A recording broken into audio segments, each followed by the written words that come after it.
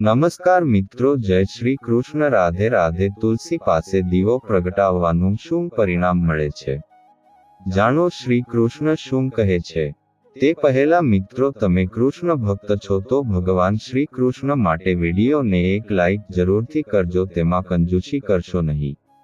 તો મિત્રો, એક સમયે દેવી સત્યભામા ભગવાન શ્રી કૃષ્ણ પાસે આવ્યા અને તેમને પૂછવા લાગ્યા કે હે પ્રભુ, મારા મનમાં કેટલાક પ્રશ્નો ઉદ્ભવી રહ્યા છે, કૃપા કરીને મને માર્ગદર્શન આપો।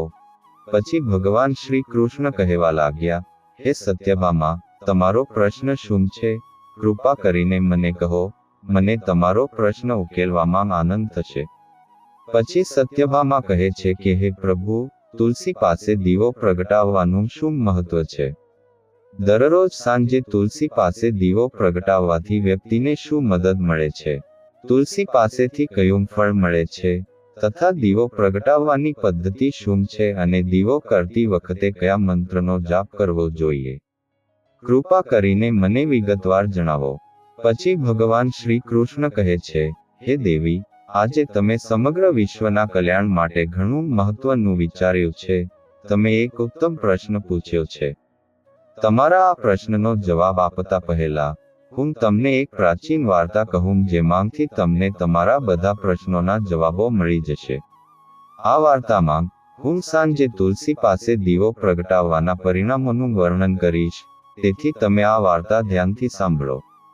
આ કથા ધ્યાનથી સાંભળવાથી જ વ્યક્તિને 100 વર્ષ સુધી તુલસી પાસે દીવો પ્રગટાવવાનું પુણ્ય મળે છે। દેવી સત્યભામા કહે છે, હે ભગવાન, હું આ વાર્તા સાંભળવા માટે ઉત્સુક છું, તમે કૃપા કરીને મને આ વાર્તા કહો। પછી ભગવાન શ્રી કૃષ્ણ દેવી સત્યભામાને તે વાર્તા સંભળાવવાનું શરૂ કરે છે।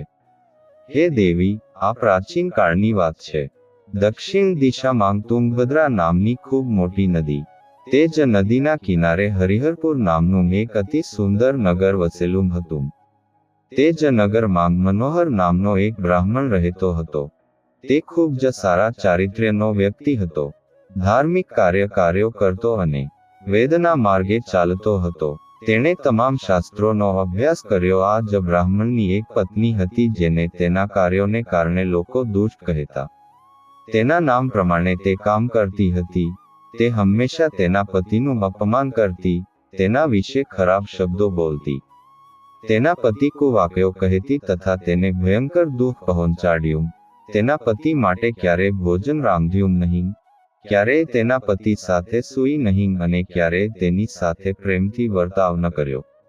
જ્યારે પતિના મિત્રો અને પરિવારના સભ્યો ઘરમાં આવે ત્યારે સ્ત્રી તેમનું અપમાન કરીને તેમને ભગાડી દેતી અને તે પોતે પણ હિંતાનાથી પાગલ બનીને સતત અન્ય વ્યભિચારી સ્ત્રીઓ સાથે ફરતી રહે છે। તેનું મન તેના પતિને છોડીને અન્ય પુરુષો સાથે જોડાયેલું રહેતું। તેણી તેના પતિ સાથે પ્રેમથી વાત કરતી ન હતી, પરંતુ તે અન્ય સુંદર પુરુષો સાથે બેસીને મીઠી મીઠી વાતો કરતી। અન્ય પુરુષોને આકર્ષવા માટે તે પોશાક પહેરીને ગામમાં ફરવા જતી। કેટલીક વાર તે જંગલમાં ઝાડ નીચે ઊભી રહેતી અને સુંદર પુરુષોની રાહ જોતી। કોઈ દુષ્ટ માણસને લલચાવી અને તેની સાથે મસ્તી કરતી। પછી એક દિવસ તે દુષ્ટ સ્ત્રી જંગલમાં ગઈ અને એક ઝાડ નીચે ઊભી રહી। તેનું મન વાસનાથી ભરાઈ ગયું। તે કોઈ સુંદર પુરુષની રાહ જોઈ રહી હતી, પણ તે સમયે બહુ ખુશ ન હતી। તે જગ્યાએ કોઈ માણસ ન આવ્યો, તેથી તે ખૂબ જ દુઃખી થઈ ગઈ અને તેના પ્રિયની શોધમાં અહીં તહીં જોવા લાગી। તે દિવસે તેની બધી મહેનત વ્યર્થ ગઈ। તે ત્યાં ઊભી રહી અને વિલાપ કરવા લાગી, ઓહ, આજે કોઈ સુંદર માણસ આ રીતે આવ્યો નથી। હવે હું મારું કામ કેવી રીતે કરીશ? આખી રાત કેવી રીતે પસાર કરીશ? તે જોર જોરથી રડવા લાગી। તે જ જંગલમાં એક ભયંકર વાઘ રહેતો હતો। તે પાપી સ્ત્રીનો અવાજ સાંભળીને તેણે તે જાગી ગયો અને તે કૂદીને તેને ખાવા માટે સ્ત્રીની પાસે આવ્યો। તે ભયંકર વાઘને જોઈને સ્ત્રીને પરસેવો વળવા લાગ્યો। તે ડરથી ધ્રુજવા લાગી। સ્ત્રી કંઈ કરે તે પહેલા વાઘે તેને તેના પંજા વડે ઘાયલ કરી અને તે સ્ત્રી પર જમીન પર પડી।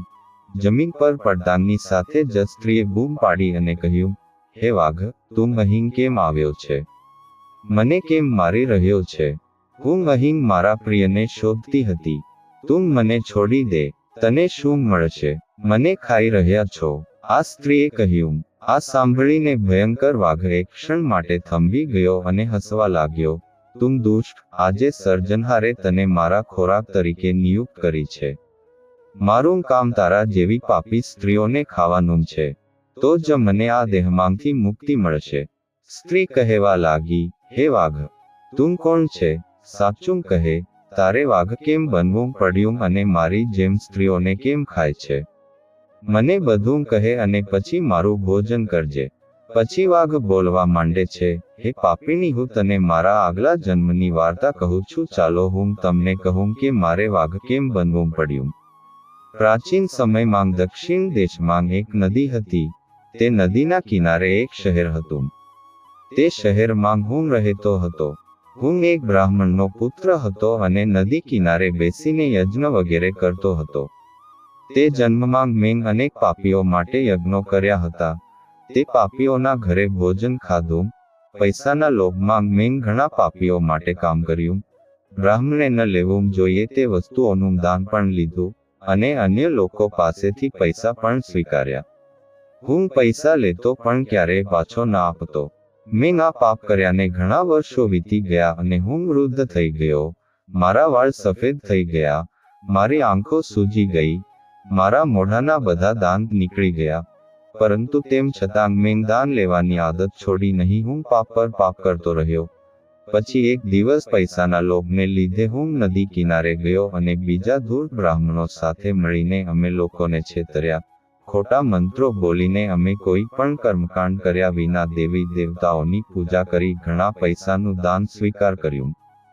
પછી તે જ જગ્યાએ એક બીમાર કૂતરો આવ્યો અને મારે પગે કરડી ગયો અને હું બેભાન થઈ ગયો અને તે જ ક્ષણે મેં મારો જીવ ગુમાવ્યો. પછી તે જગ્યાએ યમના 2 દૂત દેખાયા અને મને યમલોકમાં લઈ ગયા. ત્યાં યમરાજે ચિત્રગુપ્તને મારા કર્મોનો હિસાબ જાણવા કહ્યું. ત્યારે ચિત્રગુપ્તે કહ્યું, હે ધર્મરાજ, આ બ્રાહ્મણે ઘોર પાપ કર્યું છે. તેણે બીજાને જૂઠું બોલીને, વિધિ પ્રમાણે પૂજા ન કરીને અને ખોટા મંત્રોચ્ચાર કરીને પૈસા લૂંટ્યા છે. તેણે ભગવાનનું અપમાન કર્યું છે, એટલે જ આ પાપી બ્રાહ્મણ નરકમાં જવાને લાયક છે.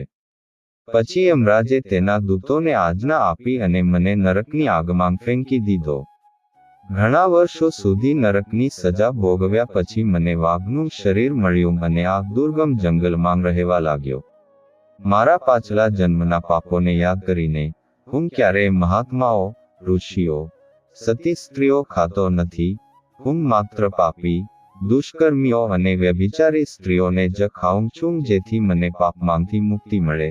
આ રીતે હું તે બંધન તોડું છું.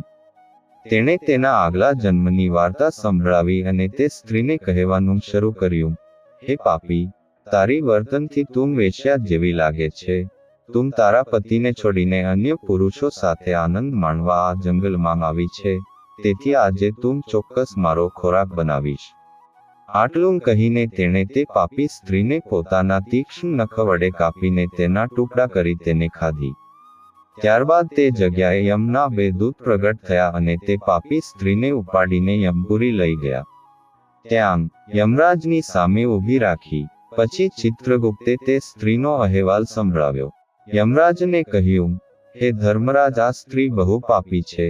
તેણે ઘોર પાપ કર્યું છે. એણે વ્યભિચાર કર્યો છે. તેણે ક્યારેય પોતાના પતિની સેવા કરી નથી. તે તેના પતિને ભૂલી જતી અને અન્ય પુરુષો સાથે ભોગ વિલાસ કરતી હતી. તેના પાપો વિશે સાંભળીને યમરાજે તે સ્ત્રીને નરકમાં અગ્નિથી ભરેલા તળાવમાં ફેંકી દેવાનો આદેશ આપ્યો. તેને ઘણા વર્ષો સુધી તે તળાવમાં પકવવામાં આવી. પછી તેને બહાર કાઢવામાં આવી હતી અને રૌરવ નામના નરકમાં ફેંકી દેવામાં આવી. આ રીતે તેને ઘણા વર્ષો સુધી જુદા જુદા નરકોમાં ધકેલી દેવામાં આવી અને ઘણા વર્ષો સુધી નરકમાં રાખવામાં આવી. ત્યાર પછી તે મહાન પાપીની ફરીથી પૃથ્વી પર આવી અને ચંડાલના રૂપમાં જન્મ લીધો. ચંડાળના ઘરે જન્મ લીધા પછી તેણીએ ફરીથી ઘણા પાપો કરવા માંડ્યા. વ્યભિચાર કરવાનું શરૂ કર્યું. ઘણા પાપી પુરુષો સાથે ફરવા માંડ્યું અને પછી થોડા સમય પછી તેણીએ તેના પૂર્વજન્મના પાપો કરવાનું શરૂ કર્યું. અને તેને કોઢનો રોગ થયો અને તેણીને ભયંકર પીડા થવા લાગી. તેણીના શરીરના અંગો બળવા લાગ્યા, તેણીની આંખો દુખવા લાગી. તેણી આ દુઃખ સહન કરીને દિવસો પસાર કરવા લાગી. પછી એક દિવસ તે તીર્થમાં સ્નાન કરવાના હેતુથી અંતાપુર ગઈ અને એક આશ્રમની બહાર રહેવા લાગી. તે આશ્રમમાં એક તુલસીનો છોડ હતો. અન્ય સ્ત્રીઓને તુલસીના છોડ પાસે દીવો કરતી જોઈ તે પાપી સ્ત્રીએ પણ એવું જ કર્યું. તેણે તુલસીના છોડ પાસે દીવો પ્રગટાવ્યો અને ફરીથી તે જ જગ્યાએ હૃદયે બેસવાથી તે રાત્રે તેનું મૃત્યુ થયું અને યમરાજના બે દૂત તેને લઈ જવા માટે ત્યાં હાજર થયા. દૂતો તેને ફાંસામાં બાંધીને લઈ જવા લાગ્યા કે તરત જ ભગવાન વિષ્ણુના બે સલાહકારો સ્થળ પર હાજર થઈ ગયા અને તે દૂતોને રોક્યા. યમના દૂતો કહેવા લાગ્યા, પાર્ષદો, યમરાજની આજ્ઞાથી અમે આ પાપી સ્ત્રીને લઈ જઈએ છીએ, પણ તમે અમને કયા કારણોસર રોકી રહ્યા છો? આ સ્ત્રી ખૂબ જ પાપી છે. તેને નરકમાં લઈ જવાની પરવાનગી આપવામાં આવી છે. ત્યારે પાર્ષદ બોલ્યા, હે દૂતો, આ સ્ત્રી વિષ્ણુની ભક્ત છે અને નરકમાં જવાને લાયક નથી. તેણે સાંજે તુલસી પાસે દીવો પ્રગટાવ્યો. તેના કારણે તેના બધા પાપો નાશ પામ્યા છે. તેથી હવે તે નરકમાં જવાને લાયક નથી. નરકમાં જવાને લાયક હતી પરંતુ એ સ્વર્ગમાં જવાને લાયક બની છે. પાર્ષદોની વાત સાંભળીને તે યમદૂતો તે સ્ત્રીને તે જ જગ્યાએ છોડીને યમલોકમાં પાછા ફર્યા. યમરાજને આખી વાર્તા સંભળાવી. પછી ભગવાન વિષ્ણુના સલાહકારો તે સ્ત્રીને દિવ્ય વિમાનમાં બેસાડીને સ્વર્ગમાં લઈ ગયા.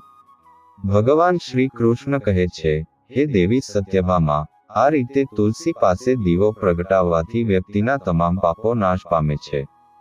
જે સ્ત્રી રોજ સાંજે તુલસી પાસે દીવો પ્રગટાવે છે તે સ્ત્રી ભાગ્યશાળી બની જાય છે. તેના પાછલા જન્મોના તમામ પાપોનો નાશ થાય છે અને તેને સુખ અને સમૃદ્ધિ મળે છે. દરરોજ તુલસી પાસે દીવો પ્રગટાવતી વખતે આ મંત્રનો જાપ કરવો જોઈએ. ઓમ તુલસી દેવાય ચ ધીમહિ વિષ્ણુપ્રિયાય ચ ધીમહિ તન્નો વૃંદા પ્રચોદયાત. શ્રી કૃષ્ણ કહે છે કે હજારો અમૃત ગૃહોથી સ્નાન કર્યા પછી શ્રી હરિને એક તુલસીના પાન ચઢાવવાથી જેટલી તૃપ્તિ મળે છે તેટલી તૃપ્તિ મનુષ્યને 10,000 ગૌદાનથી મળે છે તેવું જ પરિણામ છે. મૃત્યુ સમયે બધા પાપોથી મુક્ત થઈને શ્રી કૃષ્ણના ધામમાં જાય છે. મિત્રો, સનાતન હિન્દુ ધર્મમાં તુલસીના છોડનું સૌથી વધુ મહત્વ છે. તેની પ્રથમ ભગવાન વિષ્ણુની પૂજા કરવામાં આવી જોઈએ. શ્રી હરિ કહે છે કે જેમ દેવી લક્ષ્મી વૈકુંઠ ઐશ્વર્યથી ધન્ય છે, તેવી જ રીતે વૈકુંઠને તુલસીના કારણે જ પવિત્રતાનું વરદાન મળે છે. પૃથ્વી પર જ્યાં પણ તુલસીનો છોડ હશે, તે સ્થાન પર ક્યારેય કોઈ દુષ્ટતા થશે નહીં. જ્યાં તુલસીનો છોડ નહીં હોય આવા સ્થળ પર કોઈ વસવાટ નહીં થાય. તે સૌથી પવિત્ર હશે. એટલા માટે આપણે આપણા ઘરમાં તુલસીનો છોડ જરૂર લગાવવો જોઈએ. તો મિત્રો, આ રીતે ભગવાન શ્રી કૃષ્ણએ તુલસીના છોડ પાસે દીવો પ્રગટાવવાનું મહત્વ સમજાવ્યું છે. હું આશા રાખું છું કે આ વાર્તા તમને ગમશે જ. અને જો તમે આ ચેનલમાં નવા છો તો ચેનલને સબસ્ક્રાઇબ કરીને વિડીયોને લાઇક અને શેર કરો અને કોમેન્ટ બોક્સમાં જય શ્રી કૃષ્ણ પણ લખો. આભાર.